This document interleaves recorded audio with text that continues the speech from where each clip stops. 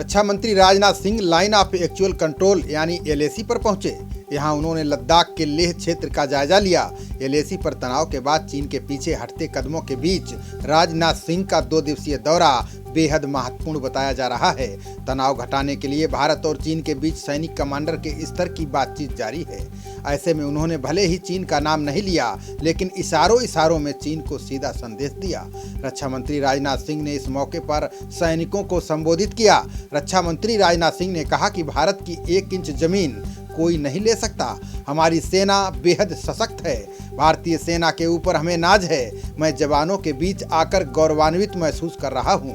हमारे जवानों ने शहादत दी है, इसका गम 130 करोड़ भारतवासियों को है। रक्षा मंत्री राजनाथ सिंह के साथ chief of defence staff general Bipin Rawat और थल सेना प्रमुख जनरल मनोज मुकुंद नरवणे भी मौजूद रहे। लद्दाख पहुंचे रक्षा मंत्री ने लुकुंग चौकी पर जाकर भारतीय सेना के जवानों एवं अधिकारियों से बातचीत की। इस दौरान उन्होंने जवानों का हौसला बढ़ाया। राजनाथ सिंह ने T-19 टैंकों और आधुनिक हथियारों के साथ फोटो खिंचवाकर अपने इरादे साफ कर दिए। भारतीय सेना के हड्डी तोड़ पराक्रम के सामने किसी भी देश की सेना टिक नहीं पाएगी। राजनाथ सिंह ने आधुनिक हथियारों का जायजा लिया। लेह में रक्षा मंत्री ने मशीन गन चलाकर चालबाज चीन को चेतावनी दी।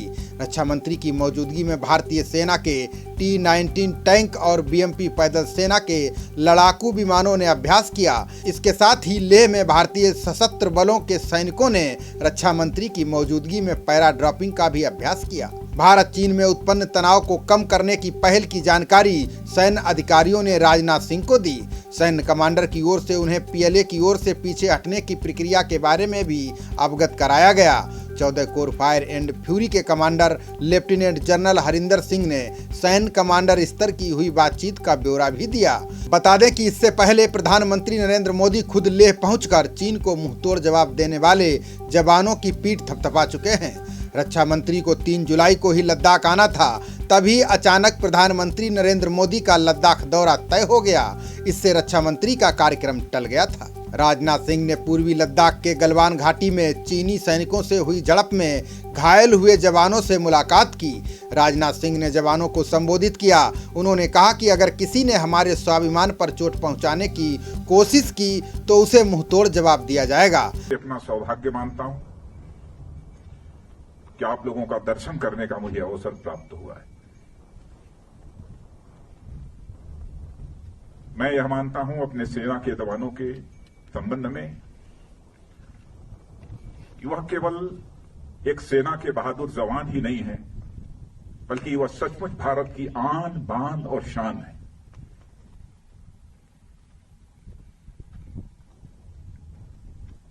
समय समय पर जो भी करिश्माई काम हमारे सेना के जवानों के द्वारा किया गया है, उस पर समस्त देशवासियों को नाज है। आज यदि आपसे मिलकर मुझे बेहद खुशी हो रही है, तो मन में एक पीड़ा भी है, गम भी है। हाल में ही भारत और चीन के जवानों के बीच PP-14 पर जो कुछ भी हुआ,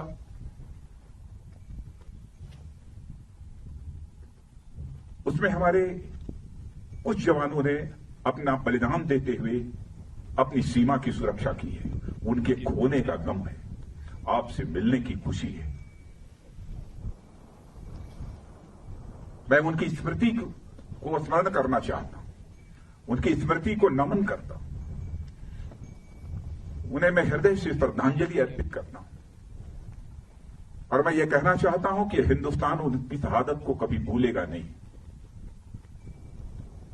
हमारे प्रधानमंत्री जी ने भी आकर 2 टूक शब्दों ने कहा है कि उनकी वह शहादत, उनका वह बलिदान किसी भी सूरत में व्यर्थ नहीं जाएगा।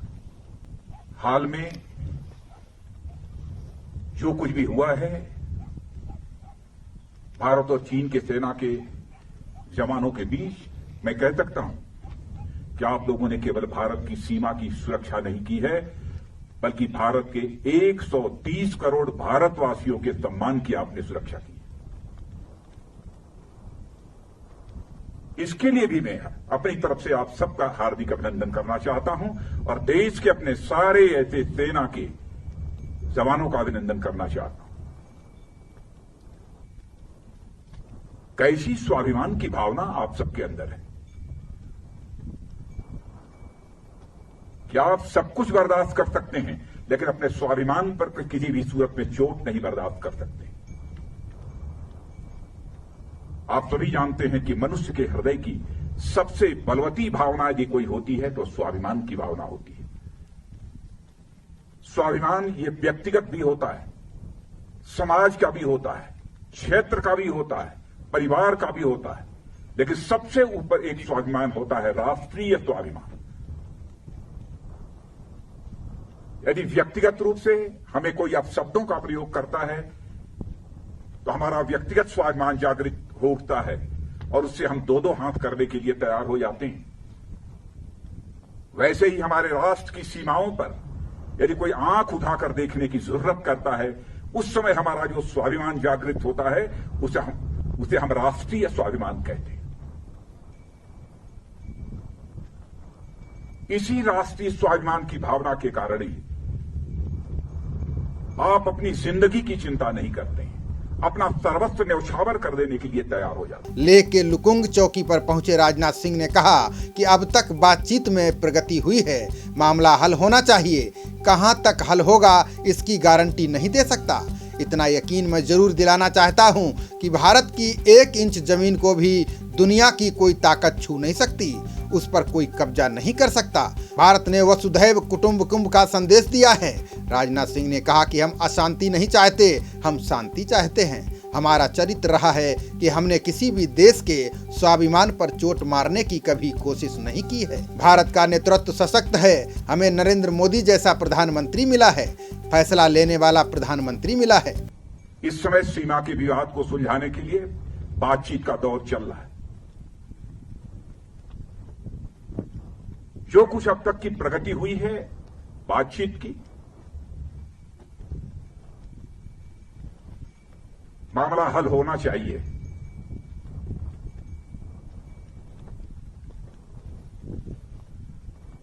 लेकिन कहां तक हल होगा अभी इस संबंध में मैं कोई गारंटी नहीं दे सकता हूं। लेकिन मैं इतना यकीन दिलाना चाहता हूं कि भारत की 1 इंच जमीन को भी दुनिया की कोई ताकत छू नहीं सकती है, उस पर कब्जा नहीं कर सकती। भारत का जहां तक सवाल है, भारत दुनिया का इकलौता देश है जिसने सारे विश्व को शांति का संदेश दिया है।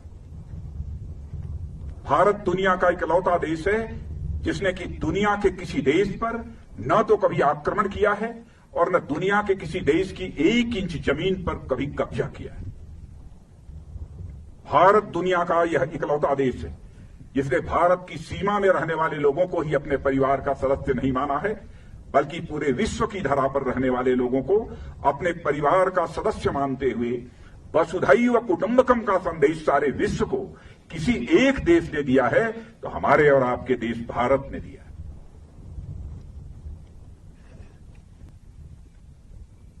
लेकिन यह भी मैं कह देना चाहता हूं 2 टूक शब्दों में, यदि कोई दुनिया की ताकत हमारे स्वाभिमान पर चोट पहुंचाने की कोशिश करेगी तो उसे किसी भी सूरत पे हम बर्दाश्त नहीं करेंगे, उसका हम मुंहतोड़ जवाब देने के लिए भी तैयार रहेंगे। और मित्रों, भरोसा रखना, अब हमारा भारत यह कमजोर भारत नहीं है।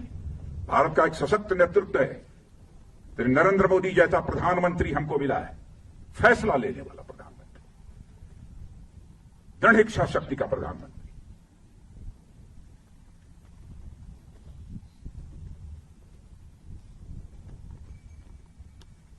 हमारे स्वाभिमान पर कोई चोट नहीं पहुंचा सकता।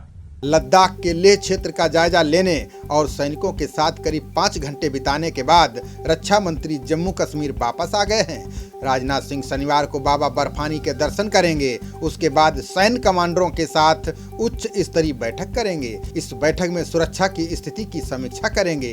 रक्षा मंत्री के साथ सेना अध्यक्ष जनरल मनोज मुकुंद नरवणे भी मौजूद रहेंगे। यहाँ उच्च स्तरीय बैठक में वे घाटी में सुरक्षा हालात और LOC पर ऑपरेशनल तैयारियों की समीक्षा करेंगे। इस दौरान 15 कोर के commander lieutenant general BS Raju के साथ साथ अन्य वरिष्ठ अधिकारी भी मौजूद रहेंगे। शाम को वो उपराज्यपाल के साथ उच्च स्तरीय बैठक कर प्रदेश में सुरक्षा हालात तथा अन्य मुद्दों पर चर्चा करेंगे। अगले दिन 18 जुलाई को वे LOC के फॉरवर्ड इलाके का दौरा करेंगे। इस दौरान उन्हें पाकिस्तान की ओर से लगातार सीज फायर का उल्लंघन, घुसपैठ की कोशिशों को नाकाम करने के लिए की गई तैयारियों के बारे में जानकारी दी जाएगी। वे जवानों और अधिकारियों से मुलाकात कर उनका हौसला भी बढ़ाएंगे। खबरों का सिलसिला जारी रहेगा। देखते रहिए जनप्रवाद। नमस्कार।